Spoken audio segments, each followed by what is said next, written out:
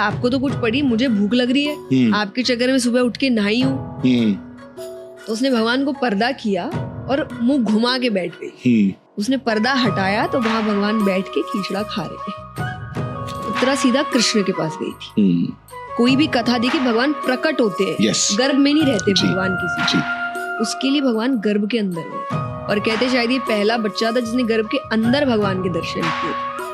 अंत समय में अगर मुख में भगवान का नाम आ जाए तो आप नरक नहीं जाते। बिल्कुल कथाएं हैं। अठाया नरसिंह जी के कान में बोला, बोलो राधा कृष्ण, और वो कहते ही नरसिंह जी ने पहले शब्द कहा राधा कृष्ण।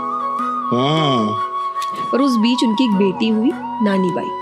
नरसिंह जी की प्रार्थना सुनने के बाद भगवान आते हैं, महाजन का रूप बना के आते हैं। हम कहते हैं कि सेठ जी, व्यापारी, जो मेरे हिसाब से ये कथा होगी आपके हुमायूं काल की, 500-600 साल पुरानी घटना।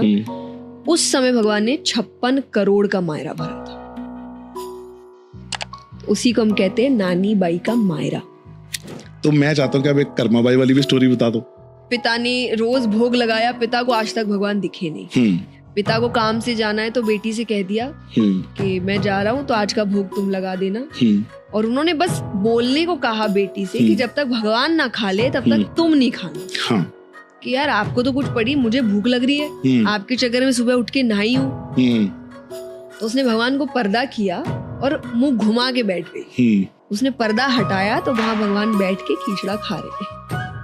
उत्तरा सीधा कृष्ण के पास गई थी। कोई भी कथा देखिए, भगवान प्रकट होते हैं, गर्भ में नहीं रहते भगवान किसी के। उसके लिए भगवान गर्भ के अंदर है और कहते शायद ये पहला बच्चा था जिसने गर्भ के अंदर भगवान के दर्शन किए।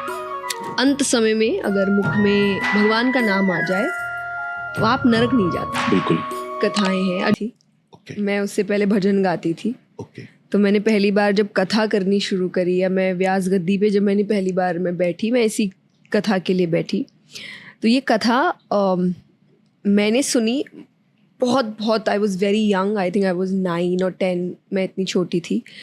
और जिनकी कथा होती थी, मुझे लगता है शायद शुरुआत ही उन्होंने करी थी इसको कथा करने की, स्वामी राम सुखदास जी महाराज। और मेरे दादा, मेरे पापा, उनकी कैसेट्स आती है, मतलब you won't even find his picture और मे बी अ वीडियो, सो सिर्फ कैसेट्स जहाँ पे उनकी आवाज़ होती है। और my father used to listen to it, I think every day 15-20 minutes, मतलब एक रूटीन जैसा था उनके लिए।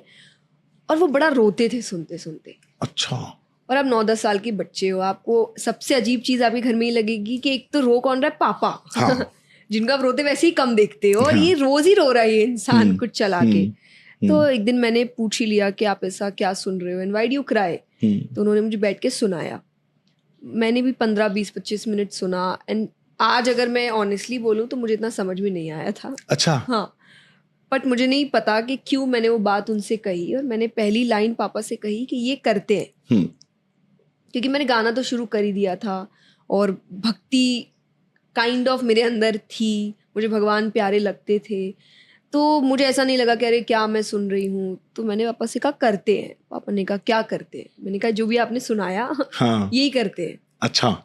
तो बोले इसमें बहुत पढ़ना पड़ेगा। मैंने कहा ओके पढ़ेंगे। फिर मुझे 1.5 साल लगा था उसको तैयार करने में। हमने गीता प्रेस से किताबें लाई थी, इसके दोहे हैं। तो ये कहानी कथा है नरसिंह भगत की। जैसे मीराबाई है, सुदामा जी है, वैसे एक भगत हुए नरसिंह भगत जी। तो बहुत छोटे, माता पिता छोटेपन में ही चले गए और अपनी दादी के साथ रहते थे। कथा कहती है कि जब पैदा हुए तो ना ये बोल सकते थे ना ये सुन सकते थे। और दादी को इस बात की बड़ी टेंशन होती थी क्योंकि दादी used to understand Narsingh ji, but उनको लगता था कि मैं तो एजेड हूँ, मेरे जाने के बाद इसका कुछ नहीं होगा। और उनकी भाभी इतनी अच्छी नहीं थी। शी यूज्ड टू फील के एक ऐसे व्यक्ति का सेवा बहुत करना पड़ता है, और उनको बड़ा गुस्सा आता था। तो दादी को था मेरे जीते जी ये आशीर्वाद से ही बोलना शुरू कर दे। पर तो वो अपने गांव में कोई भी संत आता वो उनके पास लेके जाती थी। तो एक दिन एक संत आए थे जहाँ वो लेकर गए और उन्होंने कहा कि ये मेरा पोता है, आप इसको आशीर्वाद दो। अब उनके लिए आशीर्वाद मतलब ये था कि शायद कुछ ऐसा कर दो कि लाइफ निकाल ले अपनी, क्योंकि शायद उनकी उम्मीद ख़त्म हो चुकी थी कि ये बोल पाएगा कि नहीं, बट कम से कम ज़िंदगी ठीक से चल जाए। और कथा कहती है कि उन्होंने उनको देखते ही कह दिया था कि ये बहुत बड़ा भक्त बनेगा। अच्छा। और उनकी दादी ने रिप्लाई किया था कि जो बोल नहीं सकता, सुन नहीं सकता, वो कहाँ से भक्ति करने वाला है। हाँ। तो संत ने उनको अपनी गोद में बिठाया और नरसिंह जी के कान में बोला, बोलो राधा कृष्ण। और वो कहते ही नरसिंह जी ने पहले शब्द कहा राधा कृष्ण। हाँ।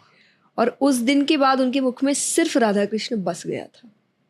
और वो उसके बाद उन्होंने भगवान की ऐसी भक्ति करी। बीच में ये भी कहते हैं कि भगवान ने उनको बहुत धन दिया, इतना धन दिया था, कहते हैं कि 12 पीढ़ी बैठ के खा सकती थी, उन्होंने वो भी ख़त्म कर दिया। और खुद पे नहीं, कि उनको पड़ी नहीं थी, कोई आता मुझे चाहिए हाँ ले जाओ, इतना चाहिए हाँ ले जाओ, करते करते उनके सारे पैसे ख़त्म हो गए, धन ख़त्म हो गया। पर उस बीच उनकी एक बेटी हुई, नानी बाई। ओके। जैसे मारवाड़ी में, इसमें जो हमारे घर की बेटियां होती हैं उनको बाई, कुंवरी बाई, नानी हाँ, बाई, ये हाँ, बाई, हाँ, उनको बाई शब्द से बहुत बुलाया जाता हाँ जी, है। हाँ जी। जैसे हमको भी घर में जया बाई, मेरी बहन चेतना बाई, ऐसे ही बुलाते थे। ओके। तो उनका नाम है नानी बाई। ओके। उनकी शादी उन्होंने बहुत बड़े घर में की, क्योंकि खुद के पास था। Generally if you are rich you will marry your daughter और your son in a very wealthy family. तो उन्होंने बहुत पैसे वाले घर में की। पर उसके बाद नरसिंह जी के पैसे खत्म हो गए। अच्छा। और पैसे खत्म हो गए तो नानी बाई के ससुराल वालों ने नरसिंह जी के साथ रिश्ता ही खत्म कर दिया। ओके। और इतने समय तक रिश्ता खत्म किया कि नानी बाई ने अपने पिता को अपनी शादी में देखा, और फिर सीधा नानी बाई की बेटी हुई। उस बेटी की शादी पक्की हो चुकी है। ओके। उसकी शादी में मायरा भरा जाता है। मायरा एक रिचुअल है। ओके। अगर अब जैसे अलग अलग शब्द होते हैं, हर रिलीजन में ये होता है। कहीं भात कहा जाता है, कहीं माँ मेरा कहा जाता है। करेक्ट। सब जगह होता है। ये मामा लोग आके देते हैं, चुनरी उड़ाते हैं अपनी बहन चूड़ा को, देते हैं, तो उसको मायरा कहते हैं। ओके। अब नानी बाई का भाई नहीं है, तो मायरा कौन भरे? तो उन्होंने नरसिंह जी को ही पत्रिका भेजी। मतलब ससुराल वालों ने इतने साल मिलने तक नहीं दिया नानी बाई को, उसने पिता का चेहरा नहीं देखा, कुछ नहीं। और अब उनको पता है कि मायरा भरना है, तो कुछ तो करेगा ही। तो उन्होंने एक पत्रिका भिजवाई, जिस पत्रिका में लंबी लिस्ट गई थी। सोने का ये जाएगा, ये जाएगा, सर से पैर तक हीरे के जेवर आएंगे नानी बाई के लिए, ननद के लिए, ये यहाँ तक कि जो सिक्योरिटी गार्ड है उस समय, उसके लिए सोने के तीर मंगवाए।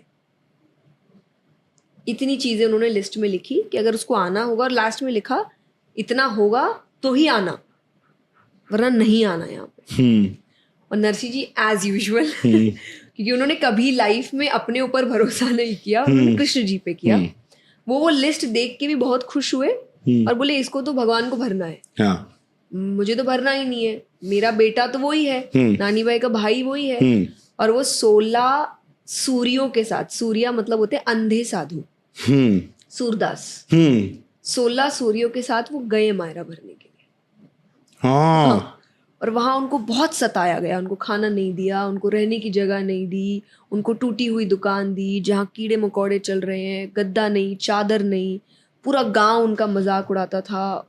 मतलब बहुत सताया। और इस एंड तक नानी बाई को सताया कि नानी बाई ने उनसे, वो मिलने आई और खूब चिल्लाती है कि किसने बोला था आने, जब पैसे हैं नहीं, कुछ कर नहीं सकते, तो तुम आए क्यों? मेरी बेइज्जती करने आए थे यहाँ पे, और यही करना था तो मुझे पैदा होते ही मार देते। और वो चुपचाप सब सुन रहे। और फिर लास्ट में उसने बोला कि मैंने शायद अपने पिछले जन्म में बहुत भयानक पाप किए थे कि मुझे तुम्हारे जैसे पिता मिले। इससे अच्छा तो यही था कि मैं ही मर जाती है, तुम भी नहीं होते। बेटर होता, कम से कम मेरी जिंदगी आसान होती आज।